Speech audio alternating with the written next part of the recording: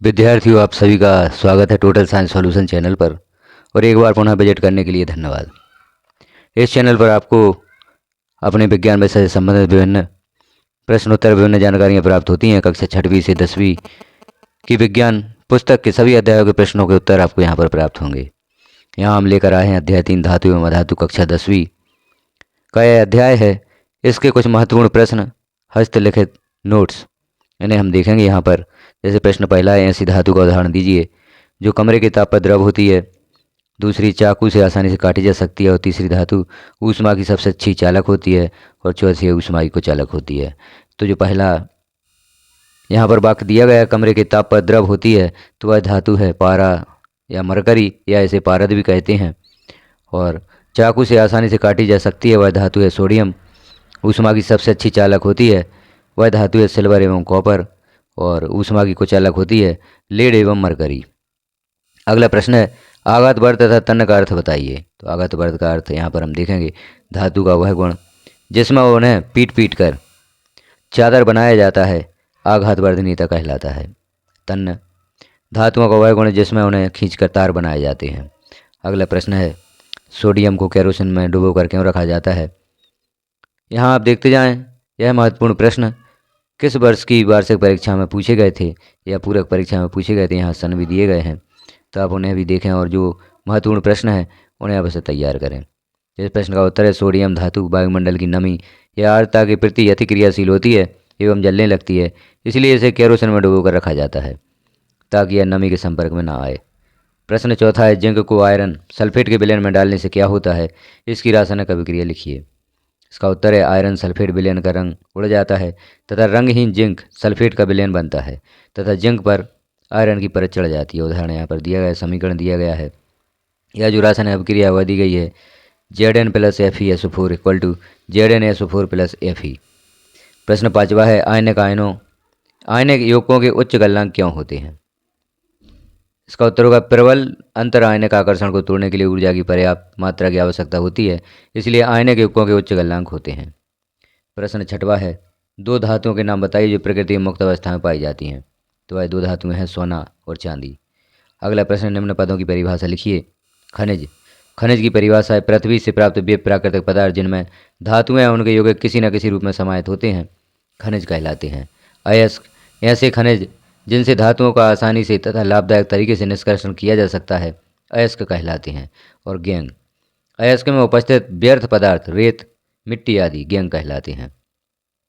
प्रश्न आठवां है, कौन सी धातु आसानी से संक्षारित नहीं होती है। तो इसका उत्तर होगा सोना।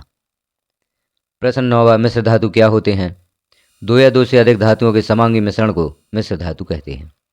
प्रश्न 10वां है, उभयधर्मी ऑक्साइड क्या होते हैं। दो उभयधर्मी ऑक्साइडों का उदाहरण दीजिए। उत्तर, उभयधर्मी ऑक्साइड जो ऑक्साइड अम्लीय एवं क्षारीय दोनों गुणों को प्रदर्शित करते हैं, वे उभयधर्मी ऑक्साइड कहलाते हैं। जैसे उदाहरण दिए गए हैं, एल्यूमिनियम ऑक्साइड और जिंक ऑक्साइड। प्रश्न 11वां है, लोहे को जंग से बचाने के दो तरीके बताइए। तो यहाँ पर हम दो तरीके देखते हैं लोहे को जंग से बचाने के लिए। यह सदलेपन या जिसे गैल्वनीकरण भी कहते हैं, इसमें लोहे पर जस्ते की परत चढ़ा दी जाती है। क्रोमियम लेपन, इस क्रिया में लोहे पर क्रोमियम की परत चढ़ा दी जाती है।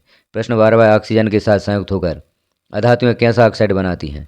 इसका उत्तर होगा, ऑक्सीजन अधातुओं से संयुक्त होकर प्रायः अम्लीय ऑक्साइड बनाती हैं, लेकिन कुछ ऑक्साइड उदासीन भी होते हैं। अब यहाँ पर कुछ प्रश्न दिए गए हैं, कारण बताना है। प्लेटिनम सोना एवं चांदी का उपयोग आभूषण बनाने के लिए किया जाता है, क्यों किया जाता है। तो इसका उत्तर हम नीचे देख रहे हैं। प्लेटिनम सोना एवं चांदी अत्यंत ही कम क्रियाशील होती हैं तथा इनका संक्षारण नहीं होता, इसलिए इनका उपयोग आभूषण बनाने के लिए किया जाता है। दूसरा है, सोडियम पोटेशियम और लिथियम को तेल के अंदर संग्रहित किया जाता है। जो आप बी नंबर पर प्रश्न देख रहे हैं, इसका कारण हमें बताना है। तो जो बी दिया गया, इसका उत्तर होगा, सोडियम पोटेशियम और लिथियम अति क्रियाशील धातुएं हैं, वायुमंडल की आर्द्रता या नमी से क्रिया करती हैं, इसलिए इन्हें बचाने के लिए इनको तेल के अंदर संग्रहित करके रखा जाता है ताकि ये नमी के संपर्क में ना आए। अब हम देखते हैं सी, एल्यूमिनियम अत्यंत अभिक्रियाशील धातु है, फिर भी इसका उपयोग खाना बनाने में किया जाता है। तो इसका उत्तर होगा, एल्यूमिनियम ऊष्मा की अच्छी चालक है तथा इसका गलनांक उच्च होता है। यह खोलते जल तथा हल्के अम्लों से अभिक्रिया नहीं करती। इनकी क्रियाशीलता क्षारों के प्रति अधिक होती है जो खाना बनाने में प्रयुक्त नहीं होते, इसलिए अत्यंत अभिक्रियाशील होते हुए भी इनका उपयोग खाना बनाने वाले बर्तनों को बनाने में किया जाता है। अब जो डी प्रश्न था, यहाँ पर सोडियम पोटेशियम और लिथियम को तेल के अंदर संग्रहित किया जाता है। डी यहाँ पर प्रश्न था, निष्कर्षण प्रक्रम में कार्बोनेट एवं सल्फाइड गैस को ऑक्साइड में परिवर्तित किया जाता है।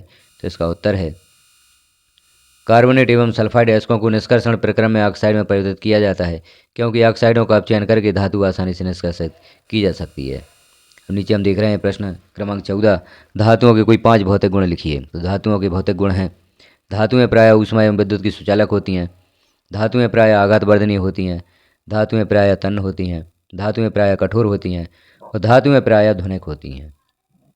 प्रश्न 15 है, अधातुओं के कोई 5 गुणधर्म लिखिए। तो अधातुओं के गुणधर्म यहाँ दिए गए हैं। अधातुएं आघातवर्ध तथा तन्य नहीं होती हैं। ग्रेफाइट को छोड़कर सभी अधातुएं ऊष्मा एवं विद्युत की सुचालक होती हैं। अधातु विद्युत ऋणात्मक तत्व हैं। अधातुएं अम्लीय ऑक्साइड बनाती हैं। अधातुएं हाइड्रोजन के साथ अभिक्रिया कर हाइड्राइड बनाती हैं। प्रश्न 16 है, अमलगम किसे कहते हैं।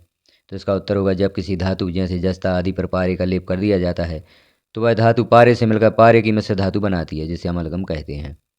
प्रश्न 17 है, ध्वनिक या सोनोरस किन्हें कहते हैं, उदाहरण दीजिए। तो यहाँ ध्वनिक या सोनोरस वे धातुएं जो किसी कठोर सतह से टकराती हैं तो ध्वनि उत्पन्न करती हैं, उन धातुओं को ध्वनिक या सोनोरस कहते हैं। अगला प्रश्न है, भर्जन से क्या समझते हो। तो सल्फाइड गैस को वायु की उपस्थिति में अधिक ताप पर गर्म करने से वह संबंधित धातु के ऑक्साइड में परिवर्तित हो जाती है, इस प्रक्रिया को भर्जन कहते हैं। प्रश्न 19वां है, निस्तापन से क्या समझते हो। तो कार्बोनेट अयस्कों को वायु की सीमित मात्रा में उच्च ताप पर गर्म करने पर वह संबंधित धातु के ऑक्साइड में परिवर्तित हो जाता है, इस प्रक्रिया को निस्तापन कहते हैं। प्रश्न 20वां है, सक्रियता श्रेणी से क्या समझते हो।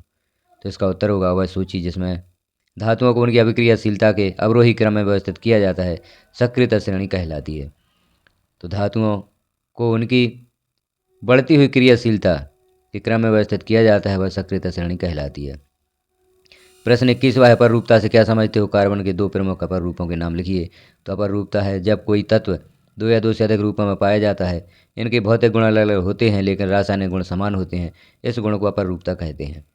कार्बन के प्रमुख अपर रूप हैं हीरा और दूसरा है ग्रेफाइट। थर्मेट अभिक्रिया किन्हें कहते हैं। वे धातु विस्थापन अभिक्रियाएं जिनमें अत्यधिक ऊष्मा उत्पन्न होती है, जिससे विस्थापित धातु गलत अवस्था में प्राप्त होती है, थर्मेट अभिक्रियाएं कहलाती हैं। प्रश्न 23वां है, आपने तांबे के मलिन बर्तनों को नींबू या इमली के रस से साफ करते अवश्य देखा होगा। यह खट्टे पदार्थ बर्तन को साफ करने में क्यों प्रभावी हैं। इसका उत्तर होगा, तांबे के बर्तनों के ऊपर क्षारीय ऑक्साइडों की परत जम जाने के कारण वे मलिन हो जाते हैं। नींबू, इमली या अन्य खट्टे पदार्थों में हल्का अम्ल होता है, जो क्षारीय परत से अभिक्रिया करके उसे उदासीन कर देता है और हटा देता है, जिससे तांबे के बर्तन चमकने लगते हैं। इसलिए खट्टे पदार्थ बर्तन को साफ करने में प्रभावी है।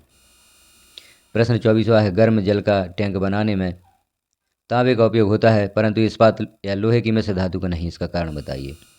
तो उत्तर होगा, तांबा या इस्पात लोहे की एक मिश्र धातु से कहीं अधिक ऊष्मा का चालक होता है, इसलिए गर्म पानी का टैंक बनाने में तांबे का उपयोग होता है परंतु इस्पात का नहीं। प्रश्न 25वां है, एक्वारेजिया किसे कहते हैं। एक्वारेजिया सांद्र HCl एवं सांद्र HNO3 अम्ल का 3:1 में बना ताजा मिश्रण होता है। यह मिश्रण सोने तथा प्लेटिनम को गलाने के लिए काम में आने वाला अभिकर्मक होता है। प्रश्न 26वां है, एनोड पंख किसे कहते हैं। उत्तर होगा, एनोड पंख जब धातुओं का विद्युत अवघटनी शोधन किया जाता है तो अशुद्ध एनोड विद्युत अवघट्ट में घुल जाता है तथा उसमें उपस्थित अभिलेय अशुद्धियाँ एनोड की तली में एकत्रित हो जाती हैं, जिन्हें एनोड पंख कहते हैं। प्रश्न 27वां है, धातु के उपयोग लिखिए। तो इसका उत्तर होगा, अमोनिया बनाने में, वनस्पति तेल से घी बनाने में, रॉकेट ईंधन में, डाई तेल और इलेक्ट्रोलाइट सेल बनाने में। प्रश्न 28वां है, धातु अधातु के भौतिक गुणों में अंतर लिखिए। तो यहाँ पर धातु और अधातु के भौतिक गुण हैं, जैसे यहाँ पर हमने बिंदु लिए हैं, ध्वनिकता, चमक, कठोरता, तन्यता, आघातवर्धनीयता, इनके आधार पर हम यहाँ पर अंतर देखेंगे। तो पहला देखते हैं ध्वनिकता। धातु ध्वनि उत्पन्न करती हैं, अधातु ध्वनि उत्पन्न नहीं करती हैं। चमक के आधार पर धातु में चमक होती है, अधातु में चमक नहीं होती है। कठोरता, धातु कठोर होती हैं, अधातु कठोर नहीं होती हैं। तन्यता, धातु के तार बनाए जा सकते हैं जबकि अधातु के तार नहीं बनाए जा सकते हैं। आघातवर्धनीयता के आधार पर धातु की चादर बनाई जा सकती है जबकि अधातु भंगुर होती हैं। इस अंतर को याद करने के लिए आप एक ट्रिक्स भी अपना सकते हैं। ध्वनि ने चमकीले बेट में से कठोर तने को आघात पहुंचाया। ध्वनि मतलब ध्वनिकता, चमकीले से हमने चमक लिया, कठोर से कठोरता और तने से तन्यता और आघात से आघातवर्धनीयता। इन 5 के आधार पर जो यहाँ पर 5 बिंदु दिए गए हैं, इनके आधार पर आप धातु और अधातु में अंतर कर सकते हैं। अगला प्रश्न है, धातु व अधातुओं के रासायनिक गुणधर्म लिखिए। तो यहाँ पर अंतर बिंदु हैं अपचायक, ऑक्साइड, अम्ल, धनात्मक। तो अब हम देखते हैं इन बिंदुओं के आधार पर धातुएं अपचायक होती हैं, अधातु उपचायक होती हैं। धातु के ऑक्साइड क्षारीय होते हैं, अधातु के ऑक्साइड अम्लीय होते हैं। धातु अम्ल से क्रिया कर प्रायः हाइड्रोजन विस्थापित करती हैं, अधातु अम्ल से क्रिया नहीं करती हैं। धनात्मकता के आधार पर धातु विद्युत की धनात्मक होती हैं, अधातु विद्युत की ऋणात्मक होती हैं। इसका भी यहाँ पर ट्रिक्स दिया गया है। अब चाय में अक्सर अम्ल डालकर धन कमाते हैं। तो अब चाय ऑक्साइड अम्ल और धनात्मक आप इस ट्रिक्स के आधार पर याद कर सकते हो। इन्हीं के आधार पर आप यहाँ पर अंतर यहाँ पर पूछे गए हैं धातु और धातु में, वह आप लिख सकते हैं। प्रश्न 30वां, संक्षारण को परिभाषित कीजिए तथा संक्षारण से सुरक्षा के 2 तरीके लिखिए। तो संक्षारण, धातुओं में जंग लगने की क्रिया संक्षारण कहलाता है। संक्षारण से सुरक्षा के 2 तरीके हैं, जस्तीकरण या गैल्वनीकरण या सदलेपन, लोहे पर जस्ते की परत चढ़ाना, और क्रोमियम लेपन, लोहे पर क्रोमियम की परत चढ़ा देते हैं। और तीसरा है पेंट करना। प्रश्न 31वां है, आयनिक युग्कों के सामान्य गुणधर्मों को लिखिए।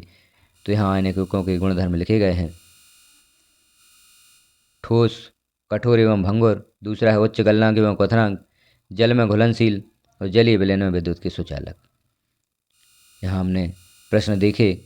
अध्याय 3 धातु एवं अधातु जो कक्षा 10 का अध्याय है।